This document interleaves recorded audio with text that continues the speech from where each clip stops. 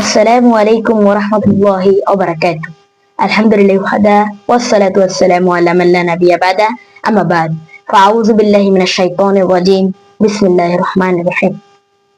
قال الله تعالى في القرآن المجيد فاليوم ننجيك ببدنك لتكون لمن خلفك آية।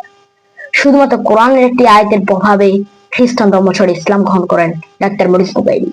কে ছিল doctor Morris Bucaille এবং কিভাবে তিনি খ্রিস্টান ধর্ম ছেড়ে ইসলাম গ্রহণ করেন, এই বিষয়টি আমি আজকে আপনাদের সামনে সংক্ষিপ্ত আকারে তুলে ধরবো ইনশাআল্লাহ। ডক্টর মরিস বুকাইলি ফ্রান্সে জন্মগ্রহণ করেন।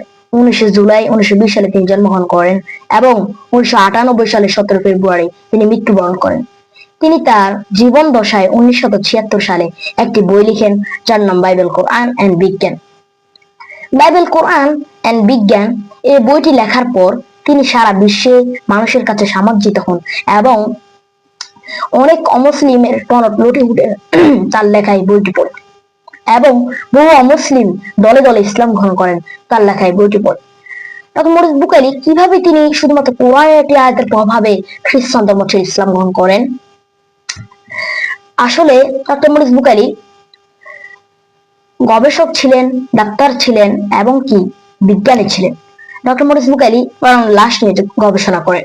1976 সালে ফেরাউনের লাশটি পাওয়া যায় এবং 1981 সালে ফেরাউনের লাশটি মিশর থেকে ফ্রান্সে নিয়ে যাওয়া হয় গবেষণা করার জন্য।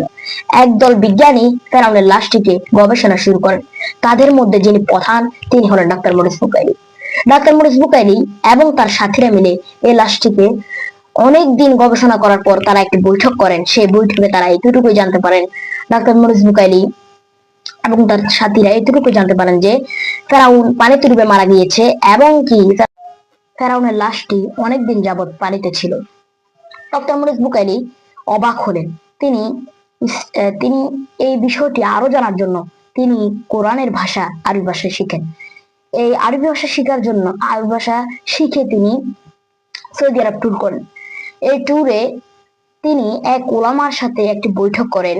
সেই বৈঠকে তিনি এই কথাগুলো বললে এক ওলামা তাকে বলেন, কোরআন মাজিদে আল্লাহ তাআলা বলেন, সূরা ইউনূসের 92 নম্বর আয়াতে আল্লাহ তাআলা বলেন, ফালিয়াউমা নুনাজ্জিকা বিবাদানিকা, আমি তোমার দেহকে অক্ষত রেখে দিব, লিতাকুনা লিমান খালফাকা আয়া, যাতে তোমার পরবর্তী যারা আসবে তাদের জন্য তুমি নির্দেশন হতে পারো, তোমার মতো জালেম যারা আসবে তাদের জন্য যেন তুমি নির্দেশন হতে পারো।